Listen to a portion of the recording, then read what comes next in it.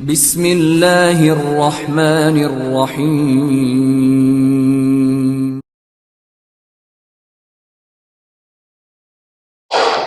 السلام علیکم. وعلیکم السلام ورحمۃ اللہ وبرکاتہ. ہمارے بعض اہل سنت علماء جو ہیں جو سوشل میڈیا پہ ہے، وہ جب یہ بات کی جاتی ہے نا سیدہ سلام اللہ زہرا کا دروازہ جلایا گیا یا گرایا گیا، تو انہوں نے یہ دلیل پکڑی ہے کہ اس زمانے میں تو دروازے ہوتے ہی نہیں تھے، تو لہٰذا یہ تو سارا افسانہ ہے، یہ سارا قصہ اس زمانے میں دروازے ہی نہیں ہوتے تھے. اور غالباً انہوں نے پتہ نہیں کوئی قرآن سے کوئی حوالہ دیا یا کوئی ایسی بات کی ہے انہوں نے. تو اس بارے میں پھر آپ کیا کہیں؟ پھر اگر واقعی اگر اس زمانے میں دروازے ہی نہیں تھے تو پھر یہ دروازے کا اتنا زور و شور سے اس کا ذکر آنا، پھر دھمکی دی یا دروازہ جلایا گیا، پھر اس کی کیا حقیقت؟ بسم اللہ الرحمن الرحیم. دیکھیے عابد بھائی، یا تو یہ لوگ خود بے وقوف ہیں یا بن رہے ہیں یا لوگوں کو بنا رہے ہیں. جو واقعات مسلمہ طور پہ ثابت ہو جاتے ہیں اس کا اس طریقے سے انکار نہیں کیا جاتا. آپ کیا سمجھتے ہیں کہ نبی خاتم صلی اللہ علیہ وآلہ وسلم کا زمانہ جو ہے وہ زیادہ قدیم ہے یا حضرت یوسف علیہ السلام کا زمانہ؟ یوسف علیہ السلام کا زمانہ تو دروازے تو اس وقت بھی ہوا کرتے تھے، قرآن میں نہیں ہے. قرآن میں نہیں ہے کہ زلیخا نے دروازوں کو بند کر لیا. تو دروازے تو اس زمانے میں بھی ہوا کرتے تھے. تو کیا جب یہ مدینہ کا جو زمانہ آیا، نبی خاتم صلی اللہ علیہ وسلم کا جو زمانہ آیا، تو کیا اس میں وہ متعارف نہیں تھے کہ دروازے کیا چیز ہوتے ہیں؟ خانہ کعبہ میں دروازہ نہیں تھا، اس کو تالا نہیں لگا ہوا تھا، چابیاں نہیں ہوتی تھیں اس کی. مسلم میں لکھی ہوئی حدیث ہے. تو یہ کیا مطلب ہے کہ وہ زمانہ کہ اس زمانے میں ہوتے نہیں تھے؟ کیسے نہیں ہوتے تھے؟ یا وہ لوگ متعارف نہیں تھے؟ کیسے متعارف نہیں تھے؟ ہوتے تھے دروازے. میں بات کو طول دیے بغیر صرف یہاں سے آپ کو ایک چیز پیش کر دیتا ہوں. یہ میرے سامنے ہے بخاری کی جلد نمبر اول ہے، وحید الزمان صاحب کا ترجمہ ہے. باپ کا نام ہے مصیبت کے وقت اس طرح بیٹھنا کہ چہرے پر رنج معلوم ہو.